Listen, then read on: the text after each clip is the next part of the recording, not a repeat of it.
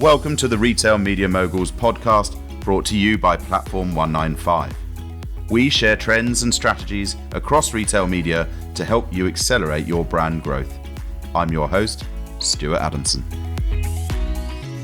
Welcome to the Retail Media Moguls podcast. I'm your host, Stuart Adamson, founder and CEO of Platform 195. Today, we're joined by the retail media and data leader at Ocado Retail, Jack Johnson. Jack is a commercial leader able to rally people behind his passion and skill for data and retail media. And with his experience working with some of the biggest names in retail, Ocado and Tesco, for example, it's easy to see why his unique overview of the retail industry makes him a guiding light for companies when they need to evolve, maintain, or revolutionize their media strategy. Jack, welcome to the podcast. Thank you, Stuart. And I promise I didn't feed you any of that intro, so appreciate it. Listen, tell us a bit about your journey, because obviously you've got Ocado now, but you've also had Tesco and Dunnhumby in there. How did you get involved in this retail media space? Yeah, so I think I sort of fell into it a little bit by accident. So my background, I guess, it started at university, and a lot of my friends went off to do sort of years in industry, and I wasn't actually originally planning to do that. So 2 years into uni, I was like, you know what, I'm going to go and learn how to do a job for a year. And I fell into what was then Symphony IRI, which very quickly rebranded to IRI. So very data, very insight-led, using market data, account management, working with some really, really big, I guess, FMCGs and learning about how they work with retailers. So that was my first sort of, and that was completely by accident, right? Like fell into working for IRI, finished off my studies, briefly went back there, and then this fantastic opportunity came up, a company in West London called Dunnhumby, which I didn't know a huge amount about, right? I knew they pioneered a lot of stuff within loyalty and club card, and they were a data science company, but it was fantastic to, I guess, sort of cut my teeth on how sort of FMCG industry works, how retailers work with what is the biggest retailer in the UK. So I did loads of roles, mainly commercial insight roles. So using customer data science to inform, I guess, customer first category management. And always had sort of an arm's length relationship with what was retail media back then, which was couponing, a lot of in-store. Digital retail media wasn't necessarily really a thing. I think a lot of the work that was done in that space was test and learns, right? A lot of retailers didn't really know what to do with their on-site and off-site opportunities, and FMCGs were more interested in optimizing their trade marketing spend, whether that's through in-store activation or the like. So yeah, my background was always in data and insight, and I always had a fascination with how people shopped grocery, right? Like I think it's a great area to learn how data and the richness of data that grocery does give you to inform strategy. And yeah, I worked with suppliers. I worked directly with Tesco. I did a load of sort of management and leadership roles within Dunnhumby. Did that for about 7 years and was desperate to work for a retailer, to be honest, because you were always, especially with Dunnhumby and for all the value that Dunnhumby delivered to Tesco, you're always sort of one step removed from actually the decision and the impact you can have on customers. So I was desperate to come and work for a retailer. And the opportunity at Ocado came to look after their data platform that suppliers accessed. So a really cross-functional role, working across stuff like customer success, product, sales, etc., and working really closely with suppliers. And about 12, 18 months ago, I was asked to, I guess, have an extended remit across retail media as well, which is where the space is evolving really quickly. And there was a big opportunity to take the lead on what that looks like for Ocado. So that's been my background, but background has totally been from an insight and data perspective. And I think now going into the retail media world where those two areas of the industry are really converging, right? The use of data and insight within the media space is a very, very different space now than it was sort of 5 years ago. And I think that's been really exciting to learn. Totally. And are you seeing that at Ocado? Are you getting pressure from the brands for more insight from what's going on? Yeah, I think to understand what brands are asking, you really have to understand how digital retail media has evolved. And I think I touched upon it just then, but historically, it was always a test and learn function within a retailer or an RMN, as they're now called, or even within brands and suppliers. I mean, historically, there weren't really e-commerce teams within FMCGs. So what you found, especially in the last 3 or 4 years, with the invent of a lot of ad tech getting into the industry, you've got the sophistication of retailers and brands in this space, is that they are asking for a lot of data and insight on a lot of the on and off-site activation that happens. I think it's all coming from a great space, right? We want to be optimizing and growing sales within the retailer. But yeah, with that comes a real sort of seismic change in the expectations of that data and insight that a retailer has to share. And I think we're fully behind that journey, and we want to be there in partnership with our brands and media agencies. But, that is a big shift that's occurred in quite a small amount of time. So tell me a bit about Ocado then, and where they are on their journey. Are they still at the beginning, or are they sort of quite mature now? How's it going? It's an interesting question, just because I think we're always thinking, especially in our team, who we look after our retail media network and what our future proposition is going to look like. We're constantly thinking about where have we been, right? How has this all evolved? And I think, speaking to people that have been around the business for a long time, it's really clear that Ocado were one of the first in the UK to be doing digital retail media, right? We were doing featured products, we were doing display advertising, coupons. We had a really rich toolkit of activation that we offered to suppliers for a long time, right? 20 plus years. I do make the claim that we were doing advertising before Amazon. I'm not sure if that's true, but I'll keep saying until I'm told off. We've got a really rich heritage of it, and it's been primarily around how do we optimize trade, right? Trade marketing budgets going into some big opportunities that we have, whether that's boosting visibility on site, whether that's getting creatives on site as well through display. So I think that's always been there, right? That's always been the heritage of Ocado, and suppliers have loved working with us for such a long time because, quite frankly, we were miles ahead sort of 5-10 years ago. There was no one else doing it the way we did it.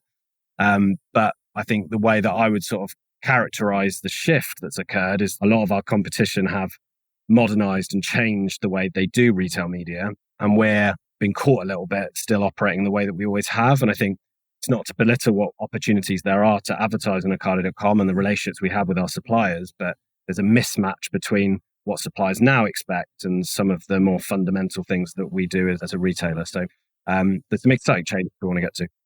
Give us an example of those sort of areas of that where you feel you might be slightly behind and now you're sort of really focusing on to catch up.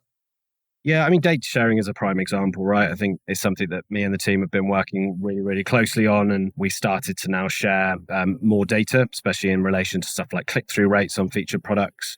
We have really expanded the amount of retail data points that we have within our retail data platform that suppliers can access. And we've been making loads of progress there, but we've made one step in a much longer journey. I'm not sure if you've been aware of the work that OMG have done with ISBA, and they've published the Responsible Retail Media Framework, which gives a little bit of a sort of now, next, future framework on what media data points we should, as a retailer, should be sharing. And that's been a really useful guide to help sense check our plans on what data provision we want to open up in the future. With all of data, I think we look at it through two lenses. There's the what, which is the measures, but there's also the how, right? And I think that's where there's a big difference for some of our sophisticated brands versus maybe some of our smaller brands, is that actually we've got suppliers and brand advertisers asking for much broader, much more data provision and a lot more flexibility, whether that's open APIs or direct access to some of our data, whereas maybe smaller, less sophisticated suppliers just need it in a very, very simple format to help to drive decision making. So yeah, there's a few things in there, but yeah, that's a journey that we're on when it comes to data passback. And have you opened up those APIs for the bigger partners, or is it still? Not yet. And I think this is something that's a retail media framework, is that very much a future aspiration, what we need to get to. And I would also challenge whether it is the right thing to do, right? Like, we're all drowning in data. Data should have a purpose to drive an outcome. It might well be that opening up data is the right thing to do in that sense. But also there are some really sort of easy gains we can do by just surfacing the right data at the right time. And that's something we're really trying to problem solve within our team. So when you were at Dunnhumby, and you were at Tesco, how much did that insight start? Did you see that evolve as it started to come into the way Tesco was doing its retail media activity? Yeah, it's a good question, because I think we had a lot of, I was at the brunt of a lot of conversation with suppliers asking for stuff like evaluations, and they would all have a different point of view on how an evaluation should look and feel, and the methodologies that fed into evaluations. And I think there was always that expectation, but it was primarily in an in-store environment. I don't think there was that expectation necessarily around data passed back in a digital sense, but that's where we have seen the big shift. And I think Ocado being online only, we're the biggest online only grocer in the world, right? So we are feeling this pressure of a shift in expectations of data passback. I think other RMNs, other retail media networks will have similar shifts, but they've already experienced that within the in-store world. And I think that's an interesting sort of angle to look at it by. But the ask has always been there. I think it's just becoming more suppliers are asking for it, and maybe the maturity of those are changing as well. And what about technology then? Let's talk about, because obviously that goes hand in hand with being able to capture data. What's been the technology journey for Ocado? Yeah, I think we've been an online grocer obviously for the last 20 years. And one of the challenges that we have is just getting the data all into one place before we can even get into a position where you can share that data in the right way, in the right format. We have a job internally, which I think a lot of suppliers won't, and advertisers that we work with won't necessarily see, is that actually a lot of this data can sometimes be a bit disparate, right? It's in different places of the business. And I think that's something that we do behind the scenes, right? It's just making sure we're consolidating all the right data into the right frameworks and using the right technology partners to make sure that we can surface the right data and that we have faith in it as well, right? And I think that's a really important part of it. And I think that's one of the impacts of trading an online business for 20 plus years, is that you get a lot of fragmentation of where data sits. So we've done a big piece of work, and we will continue to do a big piece of work on making sure the data is structured in the right way, so that as and when we make calls on how and when to share things, all they're ready for us to do it. So that's an ongoing piece of work, but shows how important it is and how close we need to work with like central data and insights team within the retailer as well. Are the brands using that data for, is it literally you servicing sort of campaign results and product sales and things like that? Or is it feeding into the planning process? Yeah, and you've struck on a really important point there, which is where data used. So whether it's the planning, the execution or the measurement of media. And I think we have traditionally surfaced a lot of behavioral data to help with the planning of media.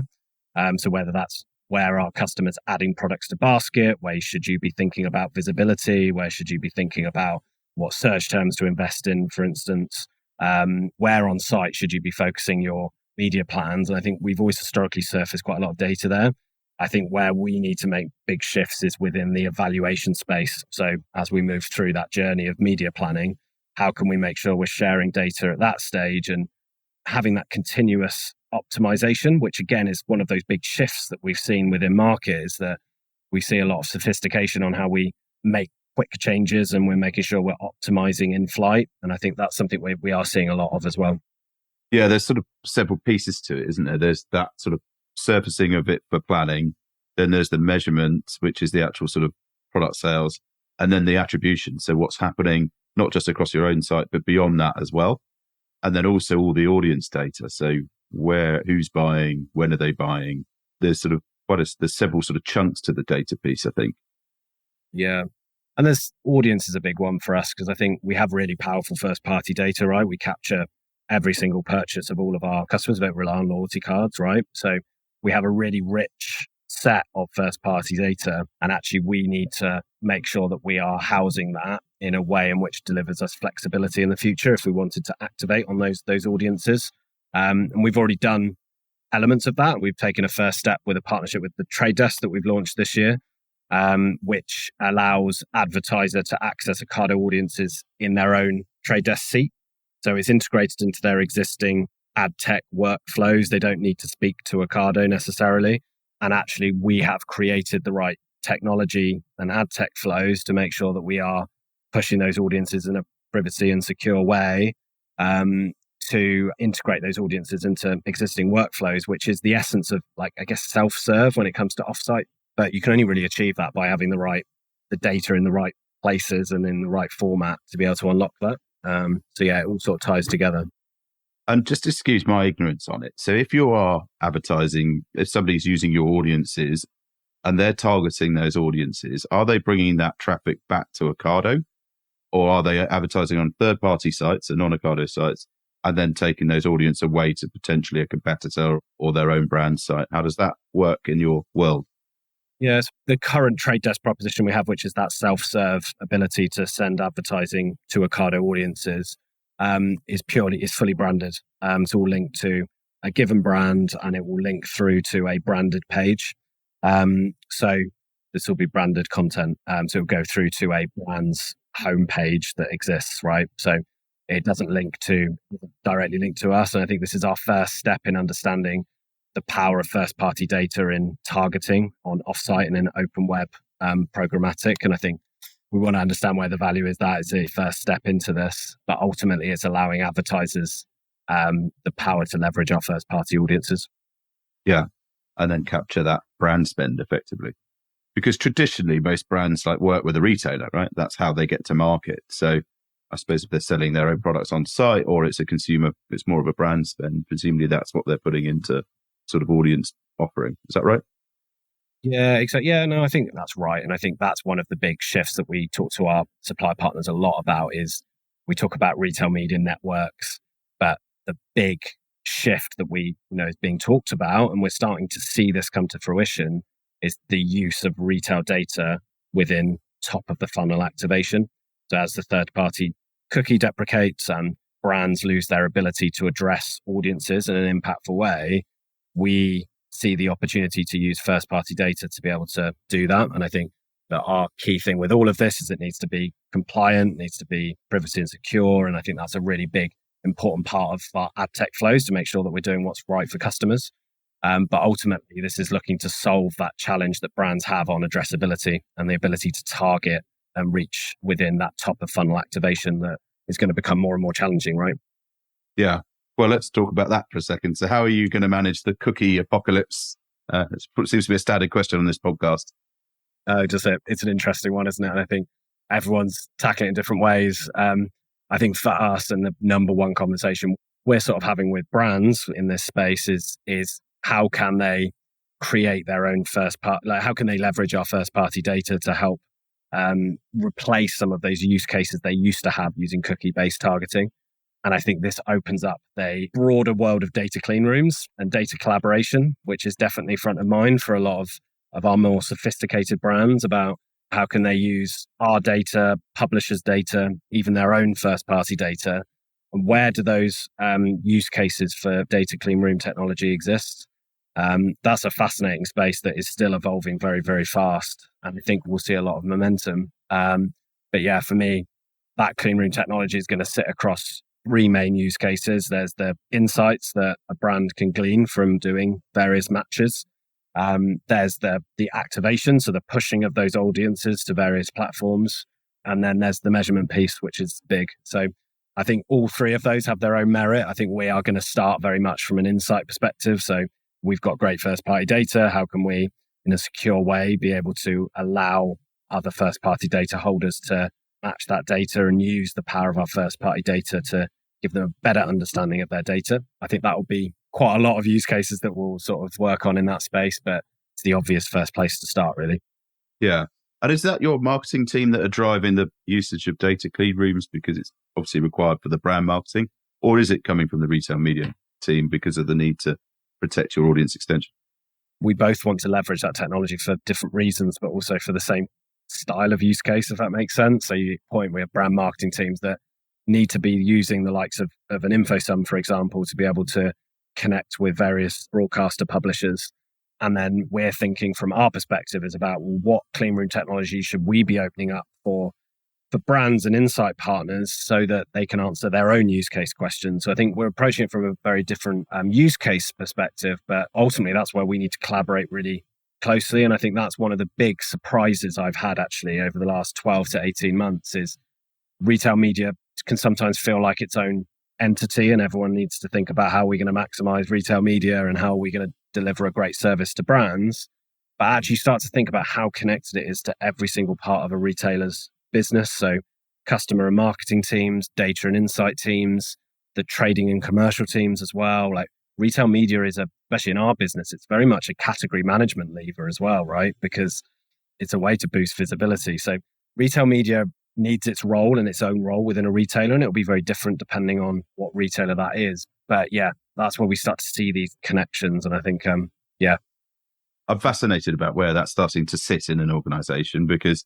there's a huge amount of requirement for it from retail media, but actually the brand needs it as well. And the cost of it all is not insignificant. So actually, and then there's also the question of evolution around it. There's so much going on in the space that actually, is there suddenly going to be a much more cost-effective way of doing it before everyone sort of bowed in with huge sums of money? this whole thing's really accelerating going to really be interesting over the next few months. For us, and I think that where we see the secret sauce, right, is how we can deliver advertiser value. So whether that's our suppliers, media agencies, non-endemics, like where is that value? Where is value for us as Ocado, the retailer? It needs to work for us as well. And then finally, the customer, and making sure whatever we do is not to the detriment of customer experience. And actually, there's a sweet spot in the middle where you can make all three of those things work together. And the very best retail media networks or retail media propositions, or however you want to talk about it, it will be the ones that can really hit on all three of those things at the same time. And that's where actually we see how we're set up as Ocado being sizably different to our competition, because we're not a third party doing this on behalf of a retailer, right? We are a retailer first and foremost, and we will always think about customer when it comes to our retail media propositions. So for me, it's about making sure that retail media works for us as a broader organization. And that might be different than a Tesco, a Sainsbury's, a whoever else, right?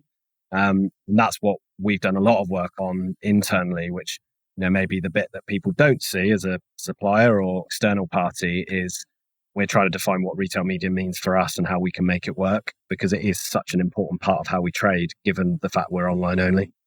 Yeah, and with an incredible amount of logged in data, right? Huge amounts of custody. So answer me that question then. So say I'm a brand coming to you and I'm saying, right, I've got Tesco over here and I've got Ocado over here. Why would I put more spend with you?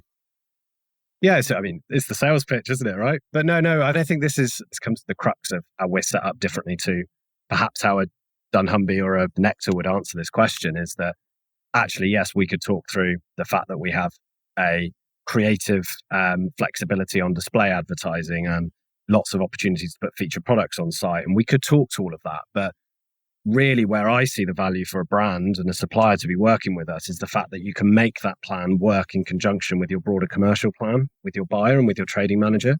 And I think that sometimes gets lost a little bit when you have a third party managing and operating a retail media network, because no matter how much they are representing the retailer, they are always one step removed from the trading of the categories, one step removed from the customer.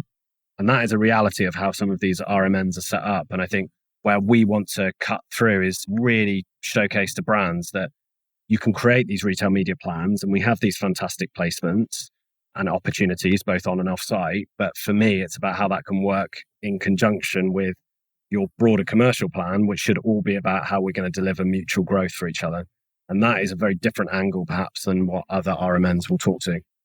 Yeah, I'm totally in line with that. I mean, I know when we built everything at Thomas Cook, I always thought often we get the question, oh, we should bring our media agency into the middle of this. And it was always so difficult because you were dealing with people who were brilliant media planners, but had absolutely no idea how the inside of a retailer works when it comes to those relationships that the product or commercial people have with the suppliers in order to sell product and all the nuances that go around that.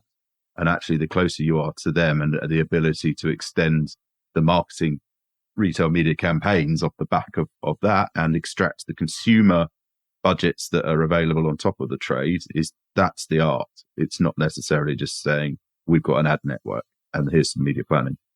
And that's right. And I think what we want to do, right, is make sure we're not just another retail media network shouting about what capabilities we have. It's actually like, why would a brand want to work with us in a different way? And fundamentally, we're a different type of retailer, right? We've continually been a disruptor within the grocery retail space. 20 years ago, people weren't shopping online. And actually now we have 1 million active customers. We are a big player, but we are a very different retailer than perhaps one that is bricks and mortar and has those different channels to look into. And I think that's where we need to have those tailored conversations with brands to make sure that we're doing what's right for customers ultimately. Yeah. So give us a quick overview of the media offering that Ocado have. You talked about coupons and on-site as well as the sort of trade desk audiences. Give us what else is there, or give us in a nutshell. Great. Yeah. So I think our bread and butter is on-site, right? So primarily through featured products, so the ability to surface featured products at the top of search results, which is really important. A lot of our customers shop on search. It's a primary way they add to basket. So it's a really important growth lever for a brand. So we have featured products, we have display advertising that we have all over sites, whether that's homepage, whether that's search, whether that's browse, lots of opportunities to talk about your brand through that advertising medium. We have stuff like coupons and checkout walk, gifting as well. So lots of opportunities to give a real experience for customers. And I think you can literally get your product in the hands of customers, which we think is a really exciting sort of proposition. And then we have something that we built out over the last couple of years is our, I guess, like what I would consider like Ocado owned offsite channels. So whether that's your ability to get display advertising on email or paid social campaigns through the Ocado Meta accounts, opportunities to advertise on Ocado Life, which is our magazine. So we've got all of these different sort of what we would consider offsite channels that we can talk to our customers. And I think, the art is then how you can web your offsite and onsite plans together to create those truly omni-channel experiences. I think, and where we're then starting to work and develop is then what does our true or non-Ocado owned offsite proposition look like, which is where our partnership with the trade desk comes in. It's where functionality with Meta and potentially connecting with brand accounts comes in, and also like future publisher deals that we might consider, right? And I think we need to be really choiceful in where we play in that space, but it's definitely something front of mind, which is how can we create a really compelling like offsite proposition? Isn't Ocado owned, it's more sort of in the realm of where our customers are off Ocado.com. Yeah, and create that integrated offering. And oftentimes more creative offering, especially when you've got that publisher network and paid social is obviously you're always limited by what you can do on site in terms of creativity, and e-commerce teams get very sensitive around disrupting the consumer journey. So the great thing about that, those sort of offsite channels, as well as print magazine, for example, or things like that, is creativity, right? Yeah, and I think I agree with that. And I think we've always historically offered actually quite a lot of flexibility on creativity on site, which is, I think, our brand partners have always really valued, because I think you can definitely evidence within other UK grocers that there's quite a lot of limitation in how you can bring your brand to life on site. Just to fully answer that question on what our proposition is, we've actually done some work on opening up more on-site inventory as well. So we've just launched a branded cross-sell feature product. So your ability to surface a why not try feature product on some of your competitor branded search terms. So that's a new placement for us to test this year. And then also thinking about new placements on our new page, so new to Ocado page, which is a place where our customers will seek inspiration on new products. And actually that's a really exciting place for our supplier and our suppliers and our brands to talk about NPD and really think about how you can boost consideration when customers are shopping on a grocer's website. So yeah, we're doing as much work as we can as well to think about how we can open up more on-site placements as well. And how are you fulfilling it all, Jack? Are you doing it? Have you got a sort of big team in there now, or are you using agencies and managed service? How are you dealing with it? Yeah, so I think the way that we're set up at the moment is a lot of our media plans are governed and managed through the buying team. So they're part of a joint business plan, and they are, I guess, technically a managed service, right? But it's done through the buying team and the commercial team. I think where we're trying to work out is that balance of self-serve and managed service. And when you do managed service, where are you actually adding value to brands and supply, and where do they actually need that, not necessarily their hand being held, but where do they need consultancy and someone to really work on plans with them? So primarily it's managed through buyers, but we're starting to think about what does our future facing operating model look like to ultimately achieve those three things, like I said before, around Ocado value, supplier value, and making sure it's customer first. Like that's our guiding principle with it, really. Yeah. Sometimes that becomes more acute when we start looking at the monetization of the long tail. So actually, how do you actually scale to hundreds or thousands of smaller suppliers with smaller budgets? Because certainly when you're bringing audience extension in, or just trying to scale many small campaigns across multiple channels, is how do you do that manually? Or, well, obviously you have technology, but how do you do that as a managed service? And often sort of big media agencies aren't geared up to do that at all, because they don't know how to scale thousands of tiny little campaigns. They're not interested in that and it's not really been their expertise. Whereas what we've found drives it in our clients is that need to actually scale that piece. And actually that's quite specialist. How are you doing on that piece around the long tail? Are you still sort of servicing the big partners and trying to crack the nut of the smaller ones, or are they active? We have, Ocado has around 2,000 suppliers, right? So we are, due to our operating model, we have the biggest range in the UK. We have 50,000 products, 2,000 suppliers. Like, it is enormous, right? So we have that challenge, right? Whereby we do have a long tail. And I think we have done work to make sure that there are advertising options for that tail. So whether that's thinking about any self-serve technology that we can offer them.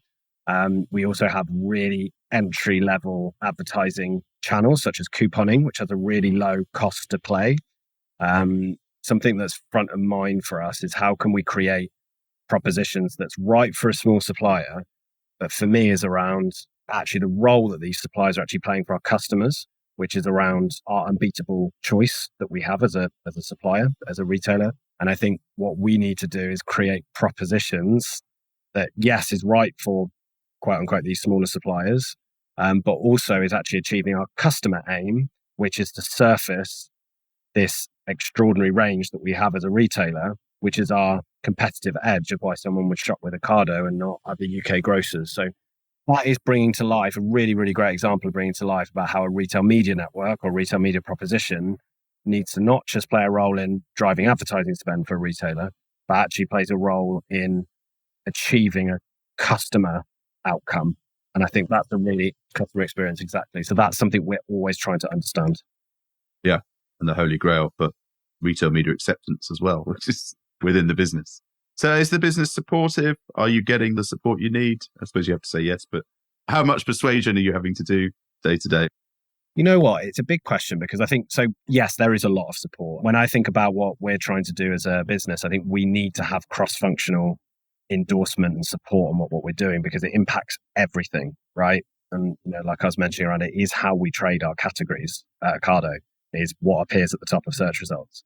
So we have to do stuff in collaboration with the rest of the business. And I think what's been great over the last 12 months is there's real support top down on making sure that we create the right retail media proposition for Ocado.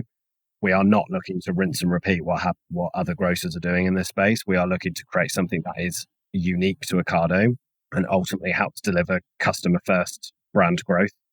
So that is our North Star. And I feel like we've got a load of positive intent from leadership within the business, which is great. The reality is that they understand the opportunity that's there because there's a lot of thought leadership that gets around the industry. But there's a reality, right, that a retailer is still a retailer and it knows how to be a retailer. I think what a retail media network represents is the change in mindset for a retailer to wear a media business hat, which is a very different space for a retailer to be playing in. But where, again, just to reiterate the point, where we're going to be different in market is that we're trying to do that. We're not just siphoning that off to a third party to do it on our behalf.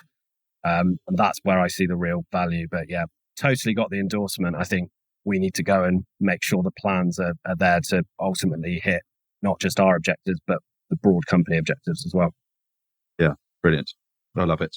And I'd really like to see how that journey evolves, Jack. I mean, often I say, please do come back at some point. But probably just because we've probably got about 2 minutes left, why don't you ask this question as well, which is, where do you see the evolution of it over the next sort of couple of years? Where do you think this is all leading?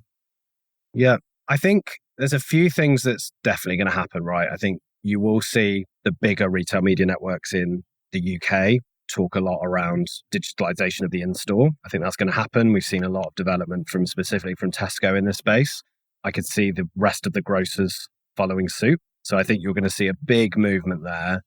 I think you're going to see a lot more publisher deals within the UK as well. So you'll see especially the bigger RMNs that can have because of their scale, they can work with more publishers because of the match rates. So you'll see a lot more of those deals coming through, I imagine. And then I think you'll start to see, and I don't know how this will play out, quite frankly, but you'll start to see this broader shift in asks of retailers to share and collaborate with first-party data. We mentioned those use cases of insights, activation, and measurement, and I think use cases will pop up across all three of those things. But what you will start to see is that really ramping up in my mind, because I think you'll start to see, as we've spoken about, third-party cookie will go, and quite frankly, the sophistication of brands is going up. So I think we'll start to see retail liberation of first-party data really, really starting to take hold. But yeah, I think that's the key thing, right? And I think there's also a lot of unknowns. We don't know what's going to happen in the next few years. And I think that's where we as a retail media business within Ocado, we need to keep outward facing, keep talking to ad tech, other retail media networks, suppliers, brands, all of those types of stakeholders in the marketplace, so we can keep on the cutting edge of what those needs are going to be. Because I've been in and leading this team for 12, 18 months. If I reflect on those 12, 18 months, the industry's changed, right? So we're going to have to keep thinking proactively about how we shape those plans. Brilliant. Well, it'd be great to sort of talk to you again in 12 months or even earlier, hopefully. Jack, thank you so much for taking the time. So it just remains me to say thank you for joining the Retail Media Moguls podcast. Please do come back. It'd be lovely to see how that journey's evolved. And it's really been really insightful to hear about the Ocado story and actually how you're differentiating from the others. And then also exciting to see, because you've got such an immense data background, how you bring that to the fore within the business. So good luck with it and thank you. Thank you. Thanks for having me. The Retail Media Moguls podcast is brought to you by Platform 195. To learn more about Platform 195 and how to connect retail media with intelligent marketing to accelerate growth, visit platform195.com. And then make sure to search for Retail Media Moguls in Apple Podcasts, Spotify and Google Podcasts, or anywhere else podcasts are found. Make sure to click subscribe so you don't miss any future episodes. And on behalf of the team here at Platform 195, thanks for listening.